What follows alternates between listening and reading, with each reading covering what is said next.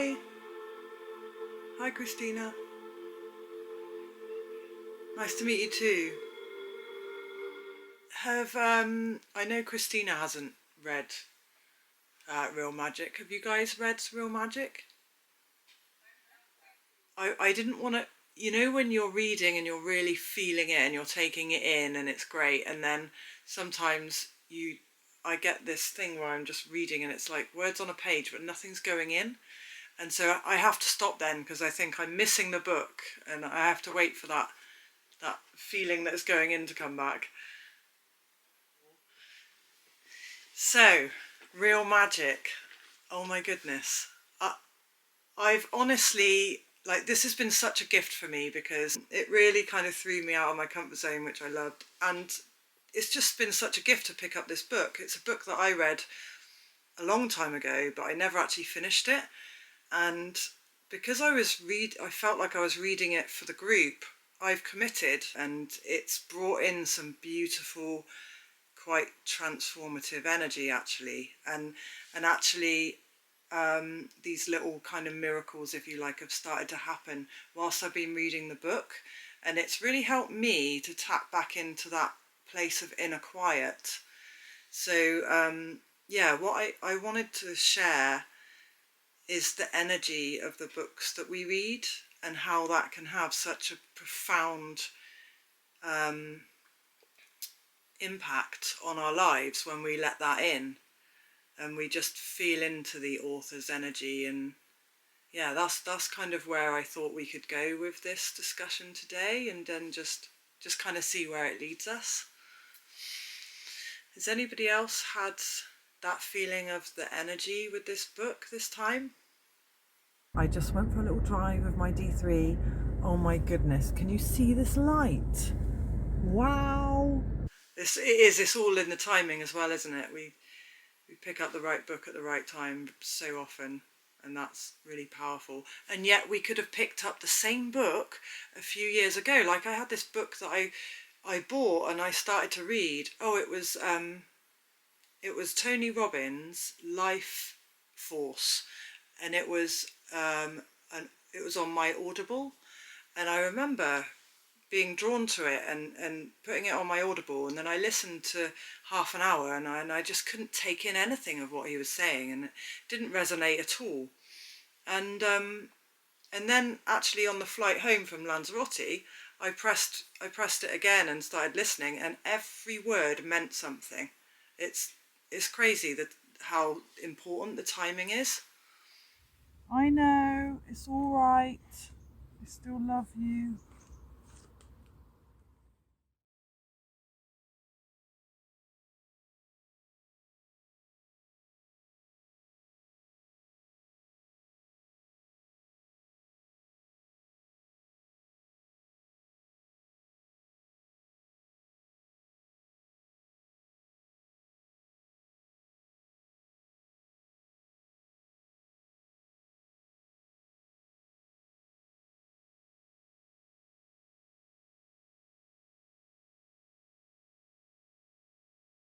Was, what was the intention of Wayne Dyer? Do you guys think, what was his intention when he wrote Real Magic?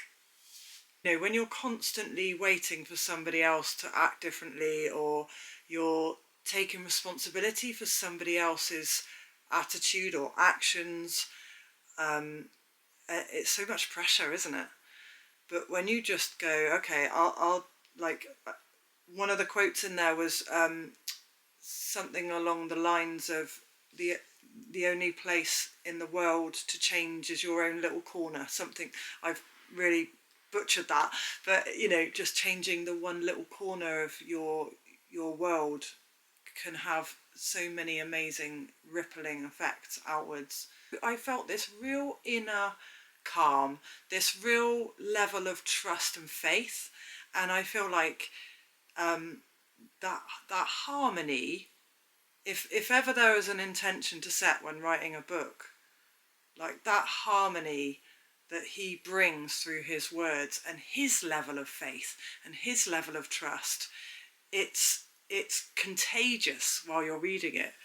You know, it's really contagious. I love it. You know, if you don't want war, don't be anti-war, be pro-peace, because then you're not adding your energy to the war. So whatever energy you're adding, you're still adding energy to it. And this is something that I certainly need reminders of every so often, because when you get a load of something that you don't want, it's sometimes hard not to get caught up in that and try and think your way out of it. And this is another reminder for me to just say, okay, I'm just noticing what I don't want. Now I need to refocus on what I do want. And yeah, this is interesting. I think it was Wayne Dyer that said, when you have a thought, the energy of that thought, if you have a thought about a person, the energy reaches them before your words. You don't have to say anything. They receive that energy of what you're thinking. So, you know, one of the teachers, it really makes you suddenly think, be really aware of what you're thinking about others, because you know, it could be detrimental, you know. We're all connected, so, you know, what you put out in whatever way you get back, you're doing it to yourself, you know. Really fascinating. I've definitely noticed I've felt lighter, empowered, and I've got my faith back. Like it's really easy when you're struggling to chase things that you think you need to fix this problem, you need to fix it, you need to fix it. So you kind of think your way out of it. But he's reminded me to feel and to come from a place of following, you know, to find your purpose, following your passion. I think this has been another reminder for me that I can either go on the, take the scenic route, you know, and maybe, you know, do what I need to fix this problem now, and go the scenic route and potentially get distracted in all different ways. Or I can come back to being centered, focus on my purpose, and really, really see it in my mind's eye, turning out the way that I want it to, and having absolute unwavering faith in that. And that for me is so comforting. Yeah, and sometimes, like, I certainly remember when I read it the first time, I had this real feeling of, I've got a little bit of undoing to do. Like, I have to undo some conditioning, and with that, I'm going to have to undo my need to please others and do things that aren't true to me, because I feel like that's what other people want. And so when you take on this whole new way of seeing life and way of being true to yourself, it's like those around you, it can sometimes, it can rock the boat a little bit. And it's recognizing that and kind of navigating your energy with those that are used to you being a different way. And it's such an interesting journey. And I think there's a few bumps in the road after you've had this enlightenment, you know. Yeah, I certainly noticed this energy. So at first the energy shifted in me to like a place of acceptance of the now and faith in the future, and knowing that the past has served everything. Like I've always believed everything happens for a reason, and this really reminded me of that. And so from this energy of peace that I had reading the book and stillness, I started to notice these a few synchronicities happening again, and then I got into that amazing place of flow, you know. And there's been things that I have literally been meaning to do for so long. It's like this book is just bringing in miracles, you know. It's incredible. I love it. Amazing. Yeah, it's like it just took me up on a feather and I was away again. Powerful for me. Can you remember a key sentence that will always stay with you? Some books you read for one life-changing sentence. In the book, he says, if you have an orange and you squeeze the orange, you're going to get orange juice. You wouldn't expect prune juice or anything else. and so you get what's inside. I think when you live with somebody who is in a place of trauma or sadness or like frustration, it's really hard sometimes not to let that energy affect yours, and also not to take it personally when you love them and you do so much for them, and it's so hard not to take things personally. And so this quote did two things for me. Firstly, it just literally made me see that if anybody else is giving you out anything other than love or peace, it's simply because they're struggling. It's because of what's inside of them. It's not because of you.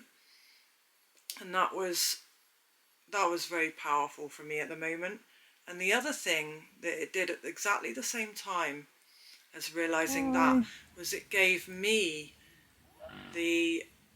it made my space inside me completely my responsibility. So I got to thinking, okay, if all that's coming out of me is love and peace, that if I can cultivate that inside of me strong enough that it's kind of giving out this force field of love and peace, it's only going to help diffuse anybody else's trauma or difficulty that they're going through. So that quote it'll never leave me.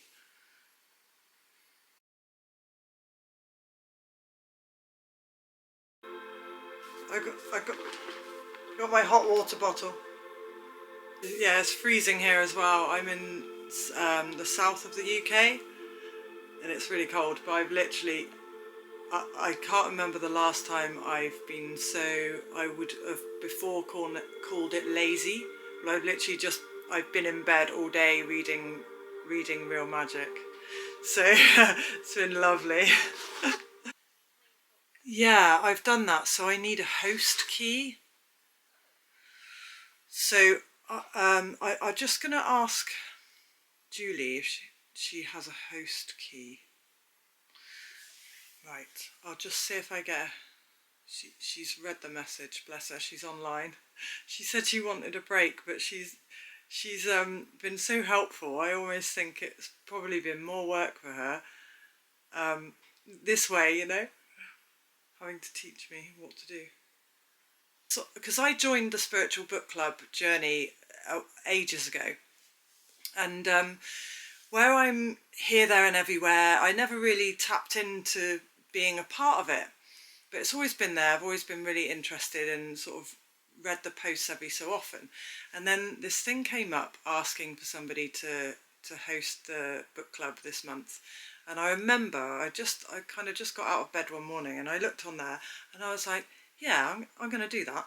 I'm going to do that. So I put my name forward and said I'd love to help out. And then I remember going into the kitchen in this little villa in Lanzarote, and I thought, I guess I better see what's involved, now that I've said yes. So I kind of went back through Julie's, what she did last time when it was the book Tuesdays at Maury's, is it? Oh, wow. So I'm in the kitchen in Lanzarote in this villa listening to this discussion about that book. And part of me was like, really, really inspired by everything that was being said. And the other part of me was going, they talk for an hour about one book? Oh my goodness, what am I going to do,